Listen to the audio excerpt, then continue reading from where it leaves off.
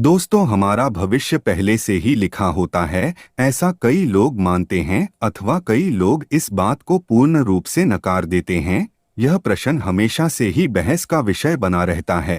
कहा जाता है कि जैसा हम इस जन्म में करते हैं, वैसा परिणाम हमें अगले जन्म में मिलता है, जो कि कुछ हद तक यह बात सही भी है।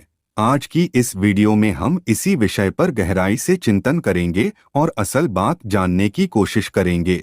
नमस्कार दोस्तों, स्वागत है आप सभी का हमारे इस चैनल गरुड़ धर्मार्थ पर। आज हम कुछ पौराणिक कथाओं और शास्त्रों की सहायता से इस बात को समझने की कोशिश करेंगे कि वाकई भविष्य पहले से ही लिखा होता है या फिर हमारे कर्म हैं जो हमारे भविष्य की धारा को सुनिश्चित करते हैं। तो चलिए शुरू करते हैं आज का यह टॉपिक। दोस्तों, कृष्ण कथा में हम देखते हैं कि आकाशवाणी हुई थी कि देवकी का 8वां पुत्र कंस का वध करेगा, लेकिन कंस ने यह बात सुनकर कहा कि वह मेरा वध तो तब करेगा जब मैं उसको उत्पन्न होने दूंगा। इस सोच के साथ जब भी देवकी के कोई बच्चा जन्म लेता तो कंस वहां आकर उसके जन्म से कुछ घंटों के भीतर ही मौत की नींद सुला देता था। लेकिन जब देवकी के 8वें पुत्र की बारी आई तो विधि विधान के साथ जन्म भी लिया और बाद में कंस का वध भी किया। ऐसा इसलिए हुआ क्योंकि कंस की मृत्यु की भविष्यवाणी हो चुकी थी। साथ ही कंस के जन्म से ही लिख दिया गया था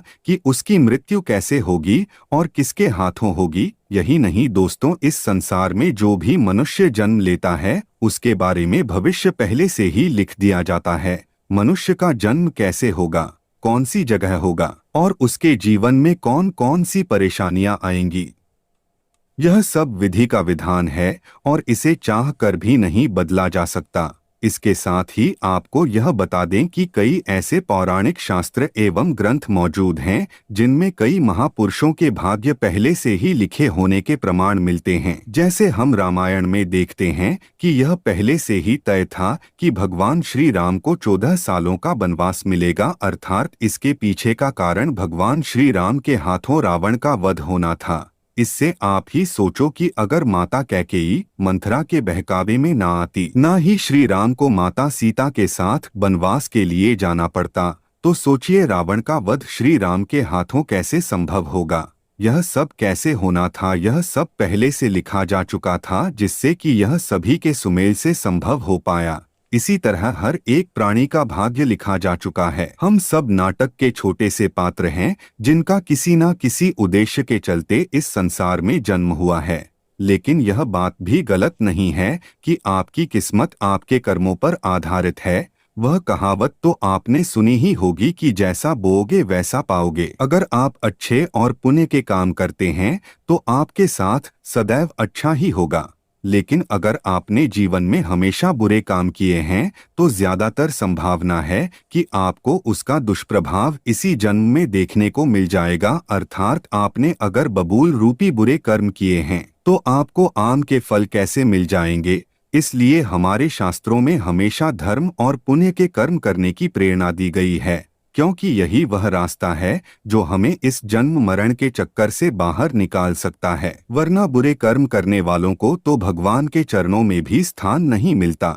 यही नहीं दोस्तों, तुलसीदास जी ने भी इस बात को स्पष्ट रूप से एक चौपाई में कहा है कि कर्म ही प्रधान है, यानी कि जैसा मनुष्य कार्य करेगा वैसा उसे फल मिल जाएगा। इसी के साथ एक यह बात सामने आती है कि पांडु पुत्र अर्जुन के हाथों कर्ण का वध हुआ था। अर्जुन ने कहा कि माधव, मेरे हाथ कांप रहे थे और ये क्या, आपने मेरे अपने ही श्रेष्ठ का वध मेरे हाथों लिख दिया, ये कैसा भाग्य है। तो इस पे श्री कृष्ण ने कहा, हे पांडु पुत्र, मैं कौन होता हूँ किसी मनुष्य को प्रारब्ध देने वाला।